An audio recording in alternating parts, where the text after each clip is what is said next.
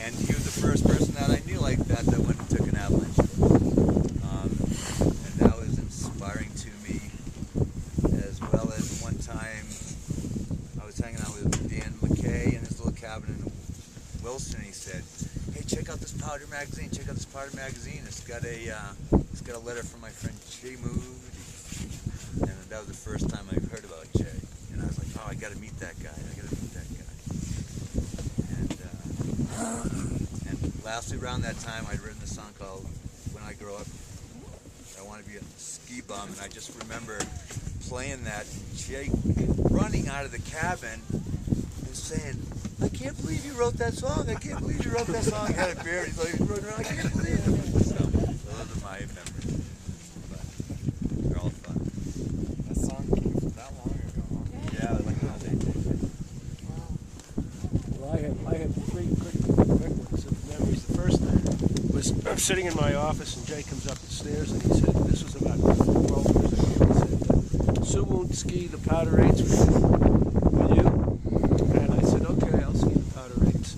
We did okay, but ours was the photo that was in the news and the guide, because I had given the sports editor some used computer equipment about a week before, so I have that photo of Jay and I in the 8s in my office on the vineyard.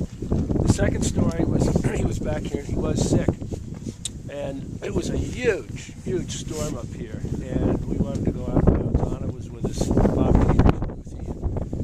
Anyway, I went into the patrol and I said, "We're in the paranoia region. We're going to ski Pine Hill Canyon. What do you think about it?" Bob Comey said, "No problem." Jay was terrified. It was one of those days, terrified. And finally we got to Pine Hill Canyon and we started to ski down. And I know Jay was taking shots. He has one all you can see is the top of the hill. One of the best days he's ever had skiing. And finally, this was 2 years ago in June, he was starting to slide at the time. He was on chemo. And we invited him down to the vineyard to go striper fishing. And out we went. It was a blustery day. It was blowing and not a nice day at all. And we're headed to where we were going to fish, and there was a wind and tide problem. I turned around, and Jay is absolutely green. And so we had to go in, and we sat for about a half an hour while the seasickness kind of got better and better and better. And he said, "All right, I'm going out." So out we went, and his eyes lit up. We saw these big stripers surfing in the riptide, and we started to catch fish after fish after big fish. Finally, he hits one, and it's taken him about a half an hour to get this thing in. And finally, he's just about to get the fish to the surface, and I'm watching this brand new rod of his just explodes at the butt, and the fish takes off again. And he and the guide, hand over hand, brought that fish in, and I have a shot of it. It was a 37.5-inch striped bass. He said, "It's the biggest fish I've ever caught in all the years of fly fishing." And he forgot all about his seasickness. No seasickness. So that's my three quickies on Jay. Jay took me on a road trip to Cadillac Mountain to watch the sunshine and watch the sun rise on the United States one morning after a late night at Colby. And on our way home, he started telling stories about Jackson. And I said, "Jay, we gotta go." And sure enough, 1978, we packed up that summer and came out here. And so began my education of Western living through the eyes of Jay Moody. Yeah. Thankful for him forever for that.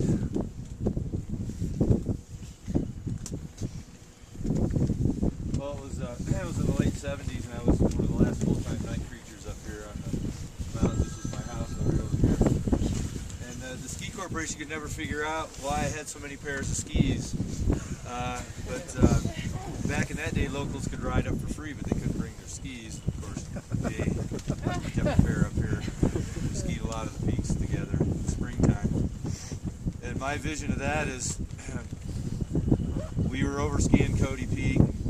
Some other friends of ours were with us, and one of them was Tom Bjornson, and he had broken his leg very badly. And I'll never forget this memory of Jay, we were stabilizing Tom. Jay took off. Here we are, 10,500 feet, sunny day, corn skiing. And you remember that? Yeah, Fish was with us. He ran from the bottom of the bowl all the way up to Mountain Station, non-stop, to get help so we could get a helicopter in there to help our friend. And I'll never forget that visual of the sunlit, lanky figure running stride, you know, the long strides were just running up the ridge like that. Didn't take him very long at all. Later on, when we got back together again, he said he almost threw up both his lungs on the trip. He managed to make it and help our friend out. I kind of remember a vision of him in the Teton Pass hill climb, and he was coming across the finish line. He just tortured himself, you know, breathing really hard. He just sat up real straight, did the Jay Moody, and smiled as he came across.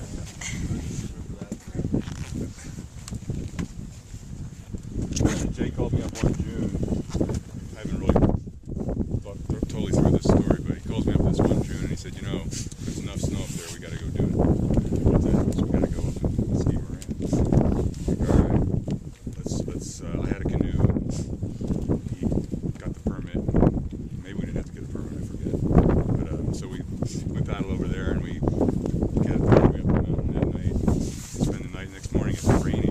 At 4 in the morning we were going to go skiing. Let's go to sleep, forget it.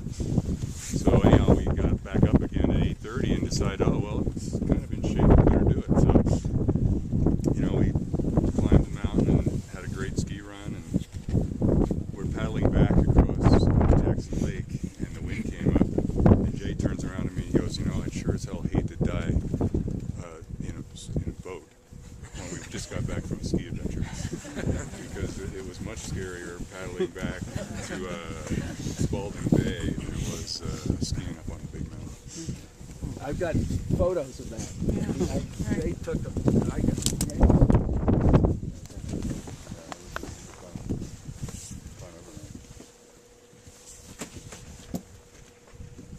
I don't remember when I first met Jay, but it was kind of Jay because he had this way of just charging into your life out of the blue, you know, and he was there, and all of a sudden he'd become a fixture. Probably the one thing that stood out, and Mike will remember this, is that I think this was shortly after chemo. You know, we'd go out on Wednesday nights in the summer and torture ourselves on these mountain bike rides, and Jay would just be there all this. You know, he was just there, and just as like he never left. I mean, the energy that he had, he was just hanging in there, and always with a smile on his face. And if he was hurting, he certainly never let on. The joy that he had last time I saw him wasn't too long ago, but he was just smiling from ear to ear and wanting to live every life, every moment as happy as he could. One of my more recent memories of Jay was a couple of years ago. His sister Susan Moody, who was in Bozeman, called me. She's like, Cindy, will you please go to the hospital and see Jay? And I'm like, okay. And I show up at the hospital, and Jay had taken a dose of chemotherapy right before he left me. Got on a plane, came here, and went skiing with High Mountain Helicopter, skiing 2 days in a row, and landed in the hospital, and he was happy as a clown. His family was so mad at him, but I could tell it was worth it. And he did not feel well. He had 0 white blood cells. Then he showed up to the bike. Yeah, was that Sam? Well, Jay has touched our lives in so many ways, and of course with Warren, and then with my kids, and I actually met Jay before I even met Warren in the gorge, which is kind of funny how he's orbited around us all. But I found something that I just would like to read because it's hard to put it all in words for me, and it's called "If Tears Could